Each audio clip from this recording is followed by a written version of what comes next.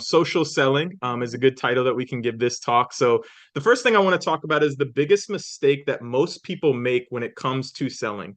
And that is, if you're taking down notes, you definitely want to write this down, is that most people mistakenly think that sales is something you do to people, not something that you do for people. So what do I mean by that?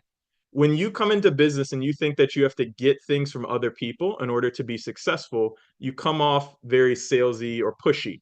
And what happens when most people feel that pressure or that pressure when you want to sell something to them, they back off. It's like when you walk into a mall or a store, and the person comes up to you and they ask you, can I help you with this? What are you looking for? And you're like, nope, I'm just looking. Don't bother me. I want to do things all on my own. So you want to make sure that you have the right mindset when you start your business. You want to understand that you're adding more value to somebody by introducing them to the products or the business opportunity than you're getting from it. And when you come at it from that perspective, what happens is you have an open heart and you're looking to share with somebody. And when you have that type of mindset and tonality when you talk to them, people are much more open and willing to connect with you. I know we have many examples that we can share. But that's the first thing that I want to say is that most people, like I said, they think that sales is something you do to somebody versus something you do for them, where you're adding more value. So that's just a quick little tip, but we want to jump into a couple of simple steps when it comes to sales, when it comes to starting to promote your products or promote this opportunity. The first one that we want to touch on is initiating conversations. So obviously that's the big one when it comes to promoting products or introducing people to the opportunity. You obviously have to start a conversation with them. You have to ask good questions. What are some things, I guess, I know we've developed many customers, we've launched many partners.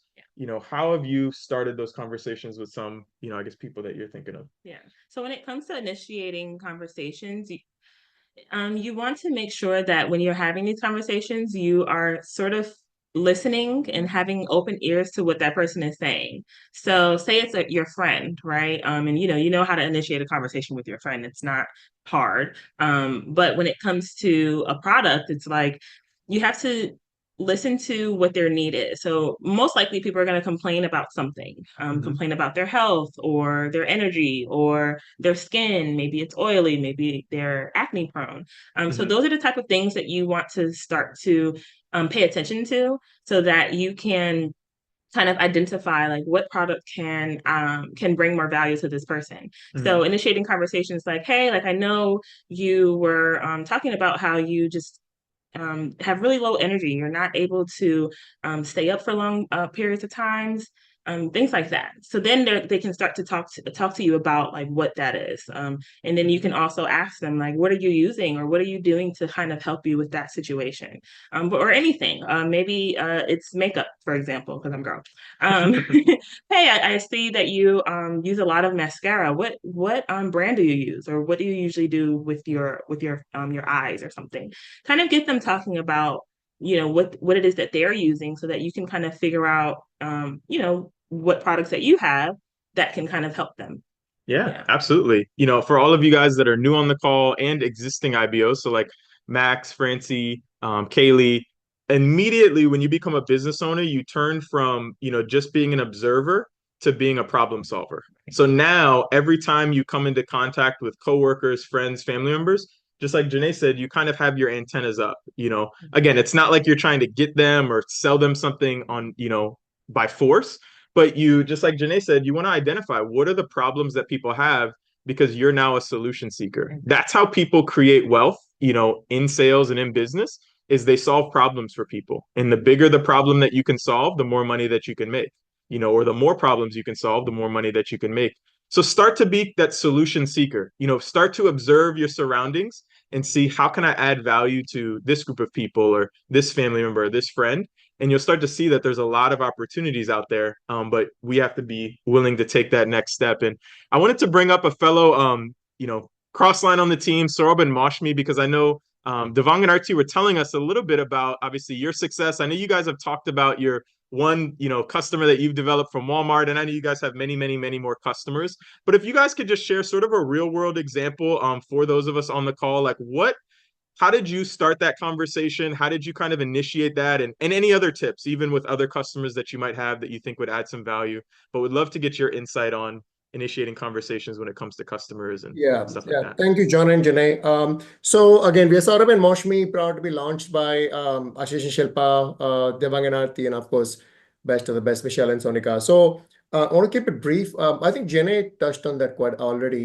We got to realize the need, right? So what I do typically is that when I'm out and about meeting people, okay? So you want to meet people for networking, but also you want to meet people for making clients too, right? So just a few days ago, I was there out and about, and actually in a Sprouts, and the gentleman was in a vitamin line, and I just looking at the vitamins, and I started conversation. Hey, what are you looking for? What is the best vitamin that you tried so far? Just getting the conversation started, because one thing I realized is that since he's already in the vitamin line, I know he's already health conscious, right? And I started talking to him, and then I say, you know what? Where do you think the ingredients from these vitamins come from? He had no clue, of course. I just want kind of ping to see what he's doing, because I knew what this answer is going to be. Do you know how it's made? And then I started giving him a little bit of tips on on what the vitamins, why he should be taking this vitamin, what is his condition, getting to know a little bit. During my conversation, he said, you know what, you seem like you know quite a bit. So what I did is that, not like an indirect way, I kind of established my quote unquote authority, right? I told him my credibility. I told him that I'm not a physician, but at the same time, I'm not a novice in terms of vitamins. And I just told him a little bit about it. And then I say, you know what, I can see that you are definitely heart conscious. And I think he was looking for something with the heart. This was a few days ago. And I say, you know what? I work with a company called Neutralite. It's again the credibility of it, number one vitamin supplement company in the world. I told him organic certified farms and everything. As a matter of fact, I have exclusive rights to market this products. You know what? Would you be willing to open? Would you be willing to try a healthier option? If it works for you, I can give you some samples. And then say, sure, injection the numbers, right? Somebody else I was talking to, that was looking at the not the energy drink, but he was looking at the Starbucks shots because he was starting a graveyard shift. And then, I just gave him, I told him a little bit about the energy drink and everything. And then that really got conversation going. So like Janae was saying, right, you got to realize the need and you got to customize according to the person's need and offer a solution. But you got to do in a very non-intrusive way, right? You cannot just say, you know what, I have the perfect product for you that will help you. Just act very casual, establish the trust. The most important thing when you are talking to that person is that you got to reach to a point where you feel there is a level of trust established. Because when you talk to that person, you're a complete stranger. By the time you talk about your products and say, you know what, are you willing to try a healthier option? You should feel that your level of relationship, it should be at maybe like a B or B minus, at least B plus. You should feel that, and then person will be willing to kind of at least try something, right? So that's what we do. And then, of course, besides that, when you show the plan to people, if nothing works out, you can always say that, you know what, I'm sure I know, understand your situation, but we will be willing to try a healthier option, and so on and so forth. So that's what we do. And there's another lady that I had contacted. I was just waiting in a doctor's office. See, you don't have to specifically go out wherever you are, you just have to keep your antennas up. And I really admired her because, her attitude, she had a condition and her attitude was incredible. And I told her, I said, you know what, I truly admire your attitude. And that got us talking. And, while talking, like who mentioned, Swarb or Janae or somebody, yeah, Janae mentioned, I think. I guess, started giving her some tips. She said she's doing this, she's doing that. I said, oh, that's wonderful. You know what? This is what I do, and this is what is really good. It's, then I told her that turmeric is antibiotic, antiseptic. So one thing is also having knowledge about the products and having knowledge in general. I did not tell her that I was a Neutralite representative or anything. I just added value to her by giving her some information. And she said, you know what? I learned so much. And it was so nice talking to you. Let's keep in touch. So there, we exchanged numbers. And the next time that I called her, That's when I talked to her about it. And by the way, she was taking Yeah, Nutralite and vitamins. Nutralite vitamins. That's what Wow. Relax and She ordered a perfect pack. She ordered iron folic and a women's vitamin. Yeah. women's vitamin. So you got to know your products, though. You got to making sure not the ingredients of the product, but you got to know what product problem they solve, like what Jenny was saying, right? You got to kind of like a quote unquote a doctor, right? In terms of supplementation. So yeah, That's back to you, John. Yeah, Awesome. absolutely. Awesome. Yeah. Thank you guys for sharing. I mean, that was Amazing. so power packed, very quick. And I know, I mean, for all of you, I mean, you guys just learned some very simple scripts and things that you guys can start to implement and, you know, kind of make it your own. And I just wrote down two things that I just learned from Janae and Saurabh and Mashmi. And I would encourage you guys to write this down. The first one that brought back memories was people don't care how much you know until they know how much you care. So when you think of it, just like Mashmi said, like Janae, Saurabh, they first broke the ice with the person. They started having a conversation and expressed genuine interest. You know, when you have that conversation, you're genuine, you're adding value without even promoting a product, but just willingness to add value. That goes above and beyond because most people in today's day and age, what is their mindset is, you know, get out of my way. I want to do things right away. I want to either push a product on you or I want to get home as quickly as possible. But when you display that you care about somebody, then just like Saurabh said, you have to know your products. Obviously, in order to effectively promote or sell, you need to know a little bit about it. But I think what's more important is obviously you have to care about them as well. So that was amazing. The second thing that I wrote down was, you know, you don't want to sell somebody what you want to sell. You want to sell somebody something they want to buy. So when you think about it, if you, just like Saurabh mentioned, he was in the vitamin aisle of Sprouts, what do you think that person is interested in? Vitamins. You know, if you were to try and go sell them laundry detergent or try to go sell them, you know, sports nutrition, it might not click. But you want to start to, just like Janae was talking about, like Mashmi, be a good listener. You know, sometimes you're in a store, you're in a location where you can actually identify just by being in that space. You know, like Barnes and Noble is a great place to connect with people. But if you're not, maybe you're at Thanksgiving in a couple of, you know, in a week or two, or maybe you're at a friend's house. As you start to talk to people, that's how you start to uncover what are they interested in buying, you know, because I've realized that price is never really the objection. It's what problem can you solve, you know, because I love Artie's example of like, you know, when people say that stuff is too expensive, you know, you ask them, what type of phone do you have? You know, and most people have an iPhone or an Android. And you ask them, is that the cheapest phone that you could have possibly bought? And of course, the answer is no. You know, and the reason why they bought it was because there's more value in an iPhone and an Android than in a flip phone. You know, so when you start to uncover those things, you show people that you care, you have some knowledge about it, and then you understand what they want to buy and share that with them. That's the key to selling a product or offering an opportunity. So those are just two things that I just wrote down just by hearing you guys. I don't know, is there anything else before I jump in?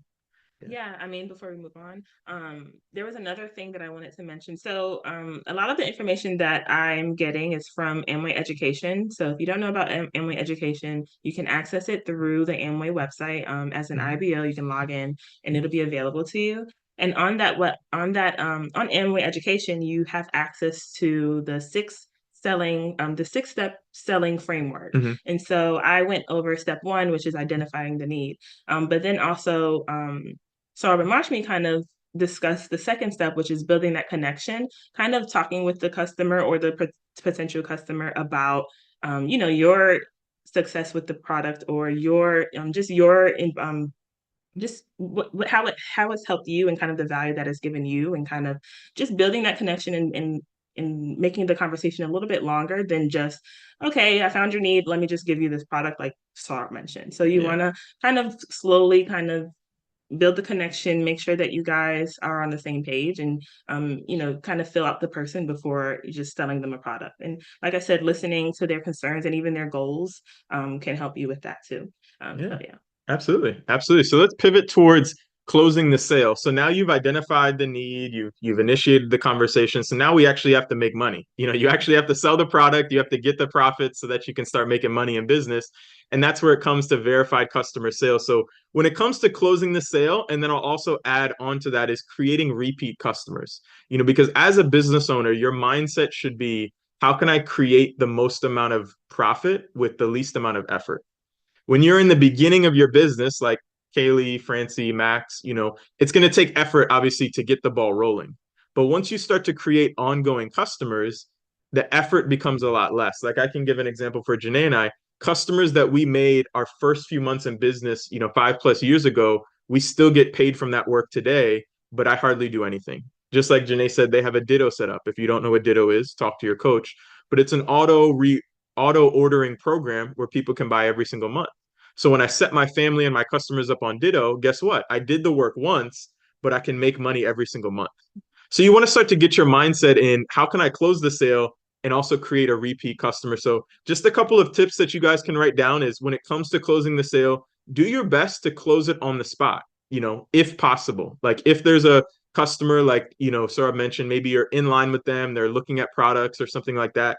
Give them a sample, but see if they want to get something on the spot, because the longer you wait, it's like the paralysis of analysis, or like the longer they think about something, typically the less interested somebody gets. So if you have somebody's interest and intrigue about a product, offer them opportunities to buy it right on the spot. If you have it on you, that's perfect. If you have an excess, they want to buy it, great. You give it to them right away. But some of these products you might not have on your person, maybe like a certain vitamin or a certain product. So for them, what I do is when I'm talking to somebody is I get them to Venmo me on the spot, and I say, I'll bring you the product in 3 days or 4 days, but I get the money right on the spot. That way you confirm the sale, as opposed to, hey, go home and think about it and let me know.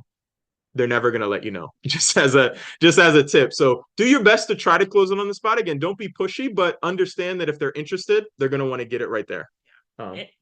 Excuse me, one way that you can kind of initiate closing the sale, or some kind of verbiage, because I know sometimes people are a little bit hesitant on closing the sale. Like you had a great conversation and now you just don't know what to say to get that sale. One thing you can say is, based off of the conversation that we just had, or based off of, what we just talked about, do you feel comfortable purchasing right now? I have the website here and ready for you. Kind of make it easier for them. They're going to go over the things that you talked about, and you can even talk about how, that product will benefit the need that they expressed, and then close the sale right on the spot. Mm-hmm. Yeah. Ask good questions. So that way it leads to a good response. And the last tip when it comes to creating recurring sales is follow up, follow up, follow up. I read a stat that 42% of potential customers say that they would have bought the product if only they had been followed up with in a timely manner. So let's say you don't have the opportunity to sell it on the spot, or maybe they don't have money, or, some situation which they genuinely can't buy it. Be sure to set a reminder on your phone. There's plenty of ways. You can have an email list of names. You can have a name, a list on your phone, whatever works best for you, but be sure to follow up in a timely manner, 3 to 5 days max. That way you can either help them close the sale or follow up on whatever it is that they're interested in. That way they actually are interested and continue to be interested in what you're selling. So those are the 2 tips. And then the last thing we can wrap up with for this training is social media. So I want to kind of unpack this a little bit for people that, when it comes to social media, the first thing that I would say, especially if you're taking notes, I would write this down, is you want to be the person that people say yes to before they even know what you have to offer. The beauty of social media is that you can start to monetize your interests and your hobbies. But what do most people do with social media is they use it to scroll. They use it for things that aren't going to benefit them financially or personally or professionally. But the beauty of social media is that you can leverage it to post things that you're interested in. So when it comes to, I know for Janae and I, a lot of things, I made a decision very recently that I wanted to start to be a professional when it comes to business and, marketing our products and our business opportunity. So I want to display that professionalism through social media. So just like how you would go out and talk to somebody and you don't want to be dressed in pajamas when you're trying to talk to somebody about business, you also don't want your social media platforms to look as if you have no business or you have nothing going for you outside of, just family and friends. So we made that decision very recently that we were going to start just consistently posting on social media. And that can look very different for all of you. For Janae and I, at least for me personally, my focus is how can I start to portray more of a business image where when I connect, like Francie said, we connected at church. We've known each other for a couple of years now, but I've been posting, connecting. I recently spoke at our church at a financial seminar to give, to start to, expose people to the fact that, hey, I know certain things that maybe I haven't talked to you about. So that way I can attract quality people to me. Maybe for you, it's a fitness journey. I know when Arti and I were talking about this topic, Janae Cheda, who's one of our uplines, Madhu Cheda's son, he has a whole talk on, promoting your products through social media in the appropriate way. And the way he goes about it is through his fitness journey. He started his fitness journey during COVID and started just posting some workouts, some exercises he was doing. And at the end of his posts, he would mention a product that he was using. So again, he wasn't overly, just, hey, here's a product, let me, here's the link to it, because people don't jump on social media to just buy stuff or to look at your product and your link. They want to be entertained and educated. So whatever that is for you, maybe you're very interested in skincare and makeup and you just want to start posting fun little videos about that if you have time. Maybe you're interested in sports nutrition, exercise, so figure out a way where you don't want it to be like a whole separate avenue of your life.